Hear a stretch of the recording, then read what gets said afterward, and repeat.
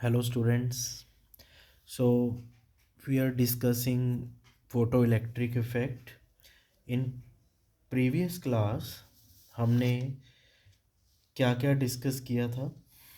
तो previous class के अंदर हमने कुछ बहुत ही बेसिक से पॉइंट्स डिस्कस किए थे।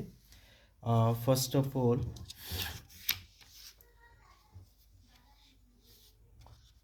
हमने डिस्कस किया था एक तो स्टॉपिंग पोटेंशियल के बारे में। स्टॉपिंग पोटेंशियल क्या होता है? स्टॉपिंग पोटेंशियल वी नॉट से डिनोट करते हैं यूजली हम इसको, और ये किसके डायरेक्टली प्रोपोर्शनल होता है? Kinetic energy, maximum kinetic energy of the electron. ठीक है, तो जब हम प्रोपोर्शनैलिटी का साइन हटाते हैं तो हमारे पास कांस्टेंट आता है ई, एलिमेंट्री चार्ज, जिसकी वैल्यू हमें पता है 1.6 इंटू 10⁻⁻⁹।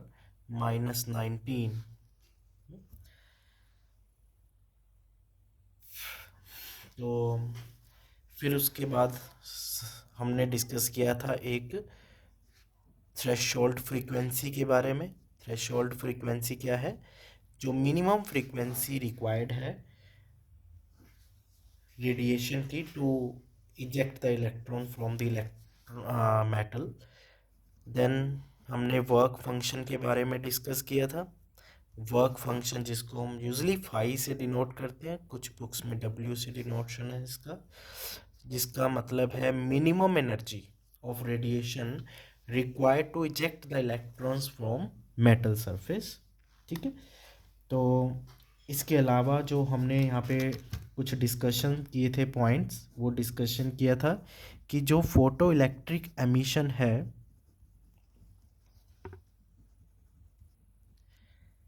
Is spontaneous process. ठीक है, और दूसरा पॉइंट हमने डिस्कस किया था कि photo electric emission is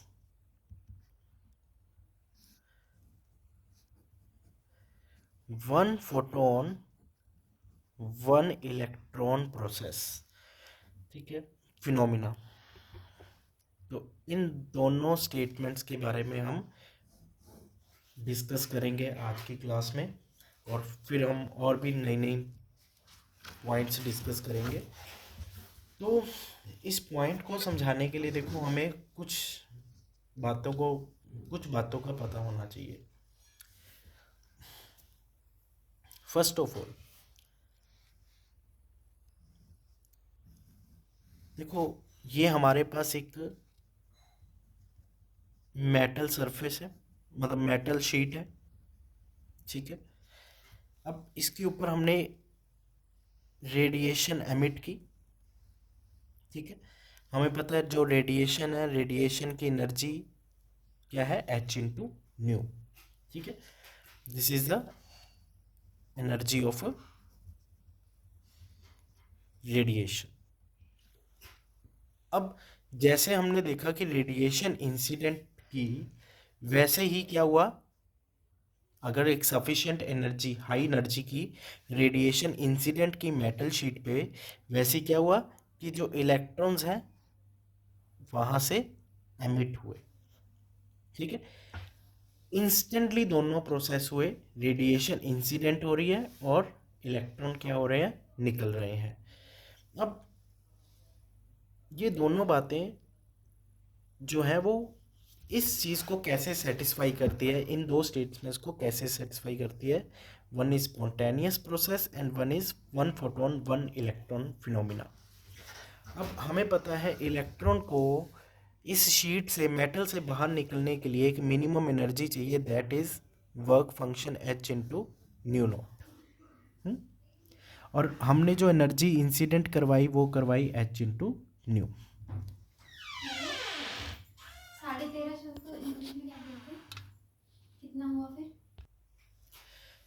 right, तो क्या है कि जब एनर्जी इसके ऊपर फॉल की तो इलेक्ट्रॉन वहाँ से निकला। अब जैसे जैसे एनर्जी निकले, जब जैसे जैसे हम क्या करेंगे, अब जो हम बात कर रहे हैं एनर्जी की, ये दोनों चीज़ें जो हैं वो क्या है कि अगर हम पार्टिकल नेचर ऑफ लाइट की बात करें,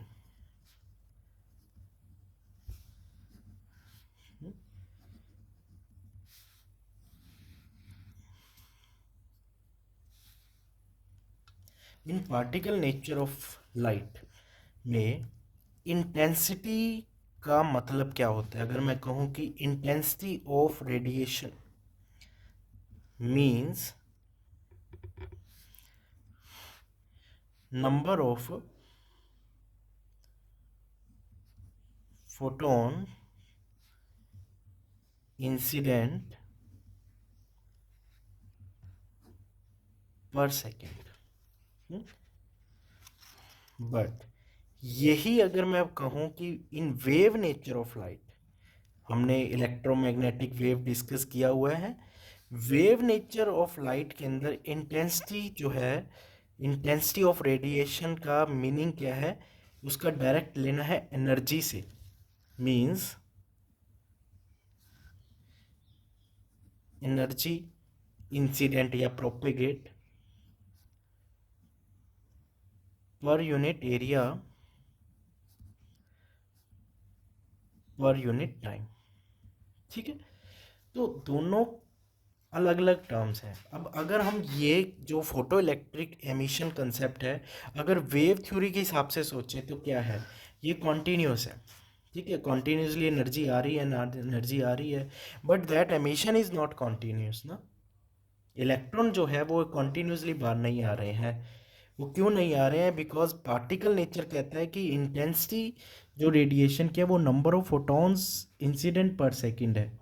तो जितने फोटोन इंसिडेंट करेंगे उतने ही इलेक्ट्रॉन्स बाहर निकलेंगे। अब वेव नेचर के अकॉर्डिंग अगर ये अप्लाई करें तो क्या होना चाहिए?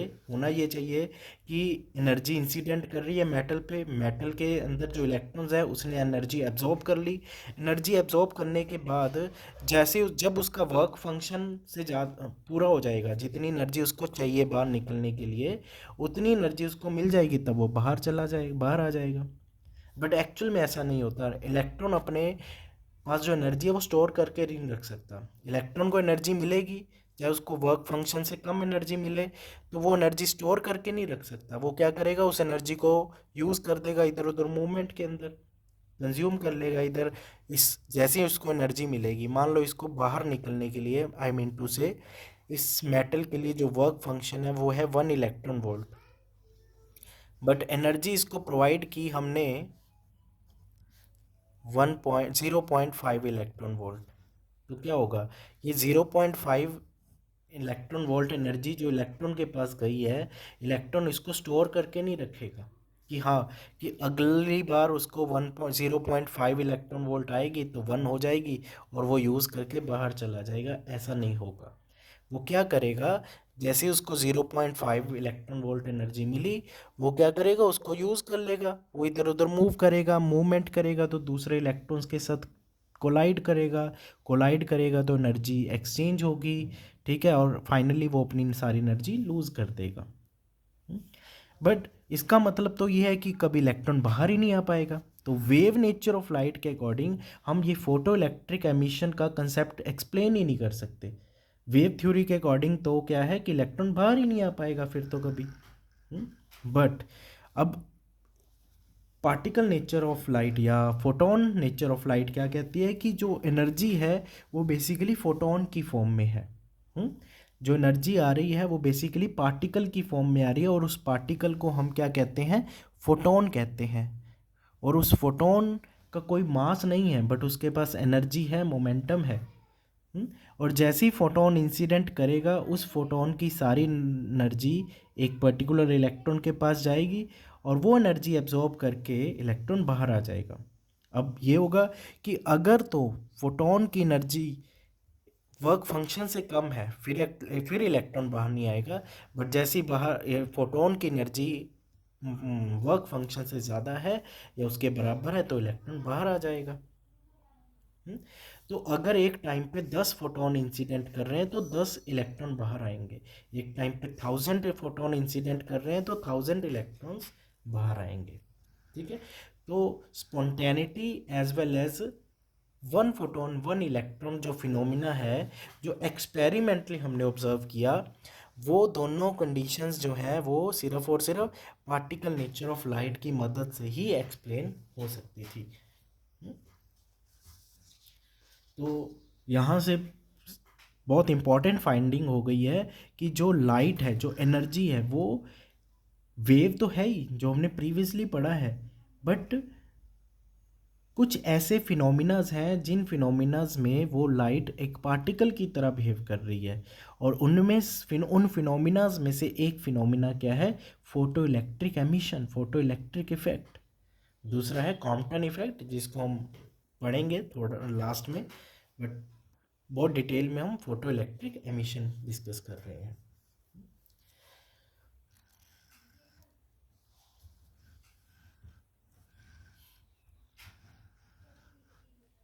ठीक है। तो यहाँ पे एक चीज़ और मैं यहाँ पे बता देता हूँ, ये H is equal to H into nu. ये न्यू जो है वो क्या है? Basically frequency of radiation. ये एनर्जी ऑफ फोटोन में न्यू जो है वो क्या है? फ्रीक्वेंसी ऑफ रेडिएशन जो इंसिडेंट कर रही होगी। और एच आपके पास क्या है?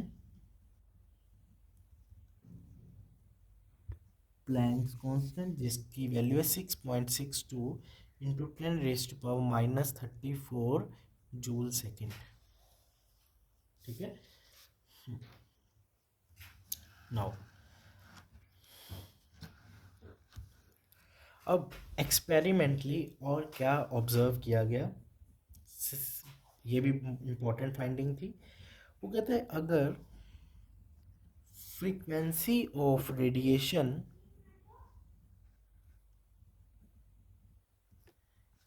Incident increases by keeping its intensity constant, अगर रेडिएशन की इंटेंसिटी को कांस्टेंट रखते हुए अगर हम फ्रीक्वेंसी चेंज करते हैं तो क्या इफेक्ट हमें ऑब्जर्व हुआ? हमें बेसिकली ऑब्जर्व हुआ कि स्टॉपिंग पोटेंशियल इंक्रीजेस, बट जो करंट हमें मिल रहा था, फोटो इलेक्ट्रिक करंट, इलेक्ट्रॉन्स बाहर आ रहे हैं तो करंट मिल रहा है। ठीक है। जो फोटो इलेक्ट्रिक करंट है वो क्या है? Remain same. Frequency of radiation बढ़ाने से जो इलेक्ट्रॉन्स बाहर, करंट है वो सेम है, करंट सेम है, it means number of electrons emitted same, but change क्या हो रहा है? उन इलेक्ट्रॉन्स को रोकने के लिए जो हमें रिवर्स पोटेंशियल देना पड़ रहा है वो बढ़ रहा है। अब उस ये कैसे, इस पे डिस्कशन करते हैं। तो देखो,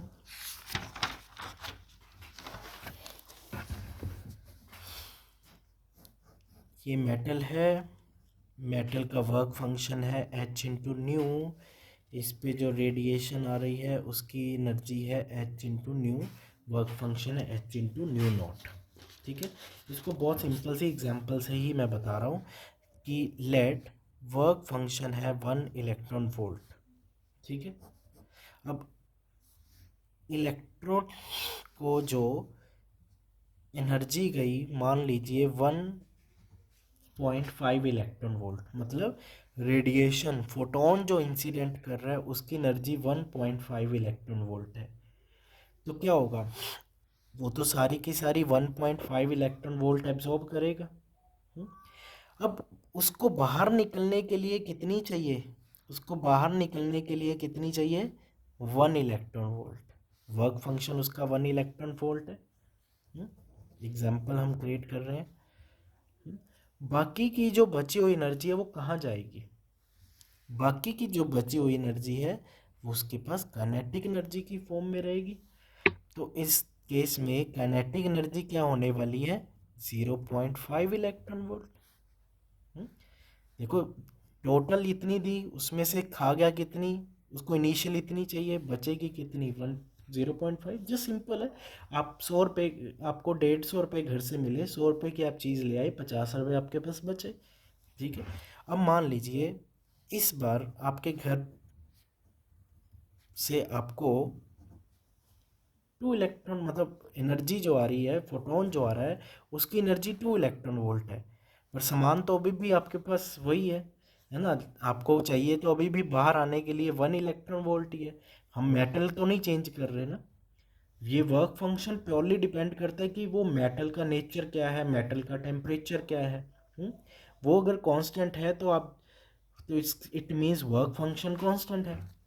तो इस, जब आप 2 इलेक्ट्रॉन वोल्ट दोगे तो काइनेटिक एनर्जी क्या होगी, 1 इलेक्ट्रॉन वोल्ट। सिमिलरली आप 3 इलेक्ट्रॉन वोल्ट फोटोन इंसिडेंट कराओगे तो काइनेटिक एनर्जी 2 इलेक्ट्रॉन वोल्ट। अब हमें पता है कि काइनेटिक एनर्जी ऑफ इलेक्ट्रॉन जो है वो स्टॉपिंग पोटेंशियल के डायरेक्टली प्रोपोर्शनल है। तो जब एनर्जी इंक्रीज हो रही है, फोटोन की एनर्जी बढ़ रही है, रेडिएशन की एनर्जी बढ़ रही है, तो उसकी काइनेटिक एनर्जी बढ़ रही है। अब रेडिएशन मतलब फोटोन या रेडिएशन की एनर्जी का फॉर्मूला होता है H × न्यू। एच तो कांस्टेंट है, एनर्जी बढ़ रही है, इवेंचुअली इट मीन्स हम उसकी फ्रीक्वेंसी बढ़ा रहे हैं। तो जब फ्रीक्वेंसी बढ़ेगी तो उस, तो रेडिएशन की फ्रीक्वेंसी बढ़ेगी, तो जो मेटल से इलेक्ट्रॉन निकल रहे हैं उसकी काइनेटिक एनर्जी निकलेगी। और जितनी ज़्यादा काइनेटिक एनर्जी के इलेक्ट्रॉन निकलेंगे उसको रोकने के लिए उतना ही रिवर्स पोटेंशियल देना पड़ेगा। हम्म? अब इस पूरे डिटेल के अंदर क्या नंबर ऑफ फोटॉन्स बदले? नहीं, नंबर ऑफ फोटॉन्स नहीं बदलेंगे तो इलेक्ट्रॉन्स जितने बाहर निकल रहे हैं वो उतने ही रहेंगे। और अगर चार्ज जो निकल रहा है वो सेम है तो करंट भी सेम रहेगा, क्योंकि करंट हमें पता है Q/T, Q(N)E/T हो जाता है। तो नंबर ऑफ इलेक्ट्रॉन जो निकल रहे हैं वो सेम है तो करंट विल रिमेन सेम। तो इसलिए जब हम कांस्टेंट इंटेंसिटी, अब इंटेंसिटी कांस्टेंट है मतलब जो फोटोन इंसिडेंट कर रहे हैं वो कांस्टेंट है। तो जब कांस्टेंट इंटेंसिटी पे जब हम फ्रीक्वेंसी बढ़ाते हैं तो स्टॉपिंग पोटेंशियल बढ़ता है, बट करंट क्या रहता है, सेम रहता है। तो इसको हम अगर ग्राफिकली प्लॉट करें along Y axis, photo electric current I से डिनोट कर रहा हूँ, और along negative X axis it is basically negative potential है। ठीक है, वी। तो देखो इंटेंसिटी जो है वो क्या है, कांस्टेंट है। ठीक है। तो दो अलग अलग फ्रीक्वेंसी के लिए दो हमें अलग अलग ग्राफ मिलते हैं। ठीक है। अब इस केस में स्टॉपिंग पोटेंशियल है, इसको V01 लिख देता हूँ, इसके लिए है V02। ठीक है। तो इसमें स्टॉपिंग पोटेंशियल की वैल्यू स्मॉल है। ठीक है। तो उसके कॉरस्पॉन्डिंग जो फ्रीक्वेंसी है रेडिएशन की वो 𝜇1 लिख देते हैं, और इसके लिए 𝜇2। तो जिसके लिए स्टॉपिंग पोटेंशियल ज़्यादा है इसका मतलब उस पर जो रेडिएशन फॉल की होगी वो ज़्यादा होगी। ठीक है। So this graph depict how photoelectric current and potential relate when radiations of different frequencies but constant intensity incident on the metal plate। तो देखो करंट सेम है ना दोनों केसेस में, फर्स्ट ग्राफ और सेकंड ग्राफ में करंट क्यों same है, क्योंकि इंटेंसिटी कांस्टेंट है। स्टॉपिंग पोटेंशियल अलग अलग है क्योंकि फ्रीक्वेंसी अलग अलग है जो रेडिएशन इंसिडेंट कर रही है।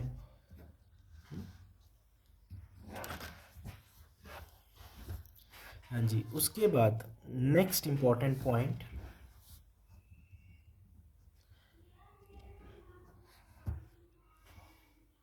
जगह अगर हम frequency of incident radiation keeping kept constant and intensity of radiation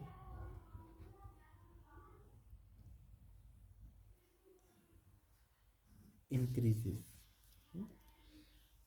हम अब बिल्कुल पिछले केस से रिवर्स कर रहे हैं. अब रेडिएशन की फ्रीक्वेंसी कांस्टेंट रख दी हमने और उसकी इंटेंसिटी बदल रहे हैं. तो देखो अब एनर्जी कांस्टेंट है, वर्क फंक्शन भी कांस्टेंट है. ठीक है, तो जो इलेक्ट्रॉन निकलेगा उसकी काइनेटिक एनर्जी भी कांस्टेंट ही रहेगी. जब एनर्जी फ्रीक्वेंसी नहीं चेंज हो रही तो फोटोन की एनर्जी चेंज नहीं होगी. फोटोन की एनर्जी नहीं चेंज होगी तो वर्क फंक्शन तो वैसे ही नहीं चेंज होता, तो काइनेटिक एनर्जी रिमेन सेम. तो when frequency of radiation is constant, therefore energy of radiation is constant. Energy constant तो kinetic energy of electrons emitted is constant. Kinetic energy constant है तो stopping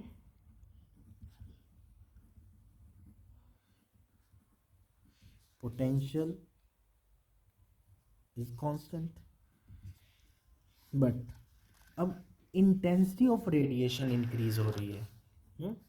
now when intensity of radiation increases तो क्या होगा? तो number of photons incident per second also increases. अब number of photon जो incident कर रहे हैं वो बढ़ेंगे तो number of electrons emit from the metal also increases. क्यों? बिकॉज फोटो इलेक्ट्रिक एमिशन क्या है? Is one photon one electron phenomena है.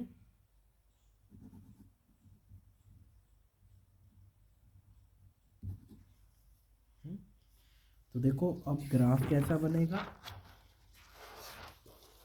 वही हम स्टॉपिंग पोटेंशियल और फोटो इलेक्ट्रिक करंट के बीच में ग्राफ बना रहे हैं.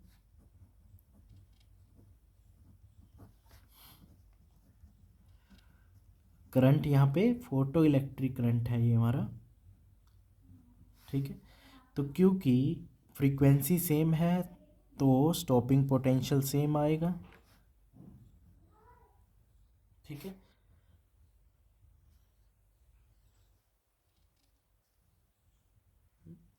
बट हमें अलग अलग करंट मिल रहे हैं दो. अब करंट अलग अलग है. I1 मिल रहा है हमें कौन सी इंटेंसिटी? L1 के कॉरस्पॉन्डिंग. और I2 मिल रहा है L2 के कॉरस्पॉन्डिंग. ज़्यादा करंट मिल रहा है तो मतलब ज़्यादा है इंटेंसिटी. कम करंट मिल रहा है तो कम इलेक्ट्रॉन निकल रहे हैं, मतलब इंटेंसिटी जो है वो कम है. राइट.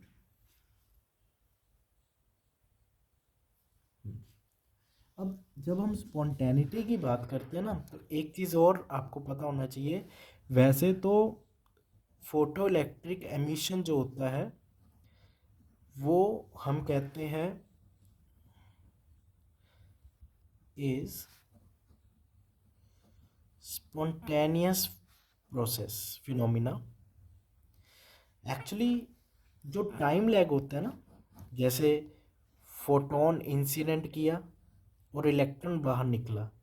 ठीक है, जो दोनों प्रोसेस में टाइम लैग है, ठीक है, टाइम लैग वो होता है is almost less than 10⁻⁻⁹ second. तो इतना स्मॉल टाइम जो है वो हम मेज़र नहीं कर पाते हैं. ठीक है, इसलिए हम उसको स्पॉन्टेनियस कहते हैं, but there is some time lag between incident of photon on metal surface and emission of electron. तो उन दोनों प्रोसेस के बीच में जो टाइम लैग है वो लेस देन 10⁻⁹ सेकेंड है। ठीक है, तो this is photo electric emission. The process, जो पूरा फिनोमिना है फोटो इलेक्ट्रिक एमिशन का, वो ये है। ठीक है, इसके अंदर हमने work function, threshold frequency, stopping potential पढ़ा, फिर हमने यहाँ पे पढ़ा कि फ्रीक्वेंसी कांस्टेंट रख के इंटेंसिटी अगर चेंज करेंगे तो कैसे क्या वेरिएशन होगा स्टॉपिंग पोटेंशियल एंड करंट के लिए, और अगर इंटेंसिटी कांस्टेंट रखते हुए फ्रीक्वेंसी वेरी करेंगे इंसिडेंट रेडिएशन की तो क्या रिलेशन है photo electric current and stopping potential में। ठीक है, अब हमने अभी तक यहाँ पे मैथमेटिकल कुछ नहीं डिस्कस किया, तो हमारा जो नेक्स्ट टॉपिक है and very important topic, that is Einstein's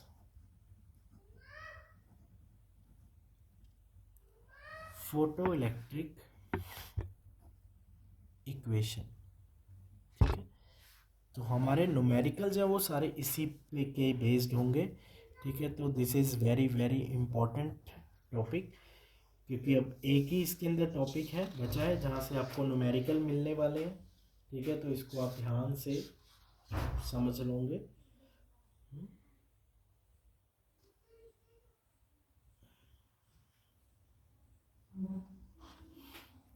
फिर हम थोड़ा बहुत इसके अंदर से ही फोटो इलेक्ट्रिक एमिशन का प्रोसेस देखेंगे।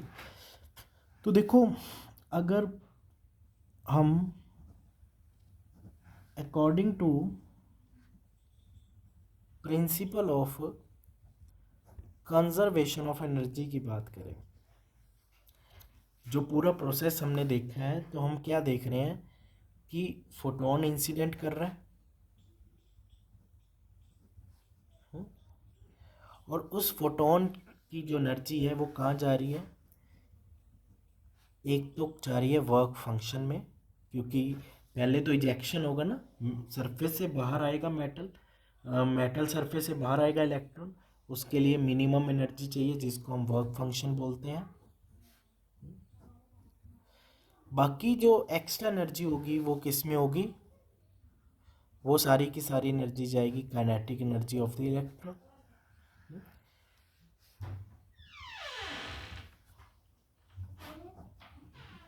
ठीक है, तो एनर्जी जो है फोटोन की वो क्या है, work function plus maximum kinetic energy of the electron. अब फोटोन की एनर्जी को हम लिखते हैं एच इंटू न्यू से, वर्क फंक्शन को लिखते हैं एच न्यू नॉट से, प्लस मैक्सिमम काइनेटिक एनर्जी। तो यहाँ पे हमारे पास मैक्सिमम काइनेटिक एनर्जी जो है वो क्या आ जाती है, H nu minus H nu naught, H common लेकर आ सकते हैं। ठीक है, तो kinetic maximum kinetic energy of the electron is equal to H into nu minus nu naught. ठीक है, this is the main equation, Einstein's photo electric equation. ठीक है, अब हमें पता है कि maximum kinetic energy of the electron को हम ई वी नॉट से डिनोट कर लिखते हैं। सबसे पहला रिलेशन हमने क्लास में यही डिस्कस किया हुआ है, वी नॉट क्या है, स्टॉपिंग पोटेंशियल। तो यही फॉर्मूला हमारे पास कुछ इस तरह से भी बन जाता है। ठीक है, तो दोनों ही फॉर्म्स हैं किसकी, आइंस्टाइन फोटो इलेक्ट्रिक इक्वेशन की ही फॉर्म है। ठीक है, अब थोड़ा सा मैथमेटिक्स लेकर आएंगे अब इसमें हम। नाउ यहाँ पे वी नोट को क्या लिखूँ मैं, इसको मैं, चलो ई वी नोट को H nu minus H new note लिखा जा सकता है। वी नोट को मैं ई को राइट साइड ले जाऊं, ठीक है, तो कुछ ये इक्वेशन बन गई। अब इसमें देखो ये पूरी की पूरी टर्म कांस्टेंट है ना, प्लैंक्स कांस्टेंट, ई कांस्टेंट है, न्यू नॉट कांस्टेंट है, थ्रेशोल्ड फ्रीक्वेंसी किसी पर्टिकुलर मेटल के लिए तो ये टर्म कांस्टेंट है। तो इस इक्वेशन को मैं कंपेयर करूं, compare this equation with general equation of straight line. अब general equation of straight line है y is equal to m x plus c, ठीक है, m क्या होता है स्लोप, c होता है आपके पास इंटरसेप्ट। तो दोनों को कंपेयर करें तो देखो हमारे पास क्या ऑब्टेन हो रहा है कि, अब देखो हम ग्राफ प्लॉट करेंगे, y एक्सिस के लॉन्ग कंपोनेंट लेंगे स्टॉपिंग पोटेंशियल, x एक्सिस के लॉन्ग है फ्रीक्वेंसी ऑफ रेडिएशन या फ्रीक्वेंसी ऑफ फोटोन, तो स्लोप हमारे पास क्या बनेगी h बाई ई, ठीक है, और h है प्लैंक्स कांस्टेंट, e के एलिमेंट्री चार्ज, तो मतलब ये क्या है, एक तो ये पॉजिटिव है और दूसरा क्या है कांस्टेंट भी तो है, ठीक है, तो और दूसरा ये किसी पे डिपेंड नहीं कर रहा, मतलब दिस इज इंडिपेंडेंट। क्या अलग अलग मेटल के लिए एच और ई की वैल्यू बदल जाएगी, नहीं। क्या अलग अलग इंटेंसिटी या फ्रीक्वेंसी की एनर्जी के लिए, रेडिएशन के लिए ये वैल्यूज बदल जाएंगी, नहीं। तो basically it is independent of nature of, sorry, nature of metal और मटेरियल।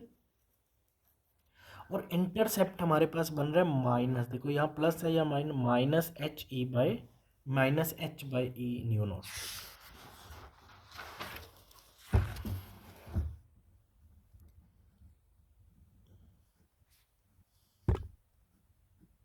इंटरसेप्ट क्या होता है, तो देखो पहली बात तो एक्स एक्सिस के लॉन्ग लिया न्यू और वाई एक्सिस के लिया वी नॉट, ठीक है, जो हमने यहाँ पे देखा था, ठीक है, वी नॉट कंपेयर किया वाई है ना एक्स न्यू। तो देखो पहली बात तो स्लोप है पॉजिटिव प्लस कांस्टेंट, ग्राफ जो है एक पॉजिटिव से स्टार्ट करेंगे, एक ये कांस्टेंट है, हम्म, तो ये जो एंगल होगा वो हमारे पास क्या होगा 90 से छोटा लेना है, तभी स्लोप पॉजिटिव होती है।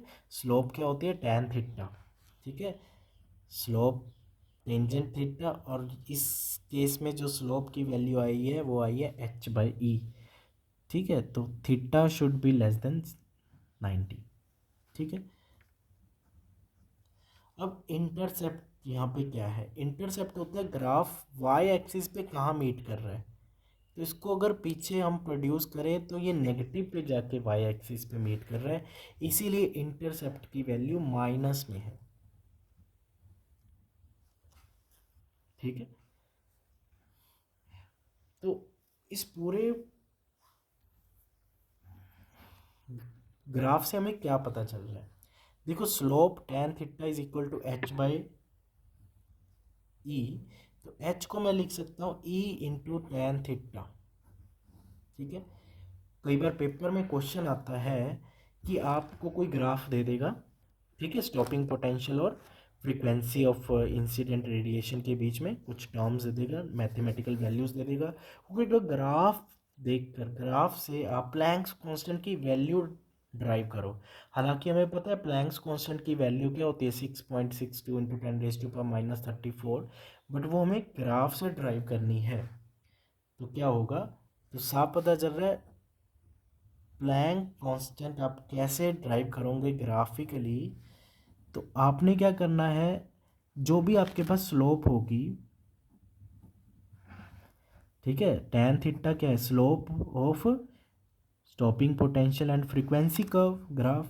तो slope of stopping potential and frequency graph जो है उसको हम मल्टीप्लाई कर देंगे ई के साथ, तो हमें प्लैंक कांस्टेंट की वैल्यू मिलने वाली है। So this is very important finding. और इंटरसेप्ट से क्या मिलेगा वो भी देखो। इंटरसेप्ट हमारे पास है माइनस दिस, ठीक है। तो minus H nu naught is equal to e into c. इसका अगर मॉड ले लेते हैं, मॉड ले लेंगे तो एच न्यू नॉट हो जाएगा। और एच न्यू नॉट क्या होता है? Work function. तो मतलब आप वर्क फंक्शन भी ग्राफ देख के फाइंड आउट कर सकते हैं ना। वर्क फंक्शन कैसे निकालोगे? जो भी इंटरसेप्ट होगा ग्राफ में उसको आपने इंटरसेप्ट को आपने ई से मल्टीप्लाई कर देना है, तो आपके पास वर्क फंक्शन फाइंड हो जाएगा, ठीक है। So these are two important findings जिसको हम न्यूमेरिकल्स के अंदर यूज करने वाले हैं, ठीक है। नाउ पेपर में पूछ लिया जाता है, अब तो सब्जेक्टिव एग्जाम है तो आपको अच्छे से सारी चीज़ें ध्यान में रखनी पड़ेंगी। अब एक और क्वेश्चन आता है कि आपने एक्सप्लेन करने हैं laws of photo electric emission using Einstein photo electric equation. जो हमने आइंस्टाइन फोटो इलेक्ट्रिक इक्वेशन पढ़ी थी, maximum kinetic energy is equal to H into nu minus nu naught, इसकी हेल्प से फोटो इलेक्ट्रिक एमिशन के laws हमने verify करने हैं। सबसे पहले अगर nu is less than nu naught क्या होगा? तो nu minus nu naught will be negative, मतलब काइनेटिक एनर्जी क्या होगी? नेगेटिव, जो कि पॉसिबल ही नहीं है।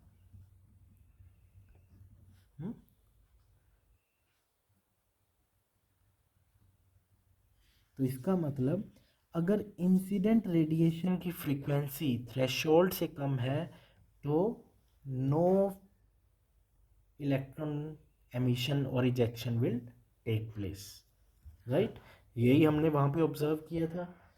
सेकंड, अगर nu is equal to nu naught, अगर फोटोन या इंसिडेंट रेडिएशन की फ्रीक्वेंसी थ्रेशोल्ड फ्रीक्वेंसी के बराबर है तो ये डिफरेंस क्या हो गया? ज़ीरो। मतलब काइनेटिक एनर्जी क्या हो गई? ज़ीरो। मतलब इलेक्ट्रॉन एमिट नहीं होंगे।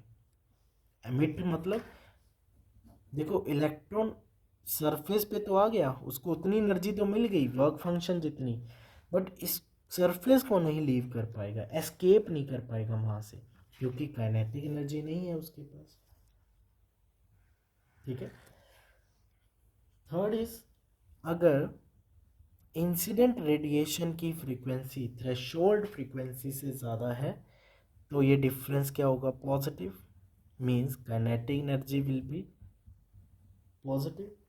काइनेटिक एनर्जी पॉजिटिव मतलब अब इलेक्ट्रॉन जो इजेक्ट हुआ है it possess some kinetic energy, मतलब वो इससे सरफेस से एस्केप हो जाएगा, ठीक है।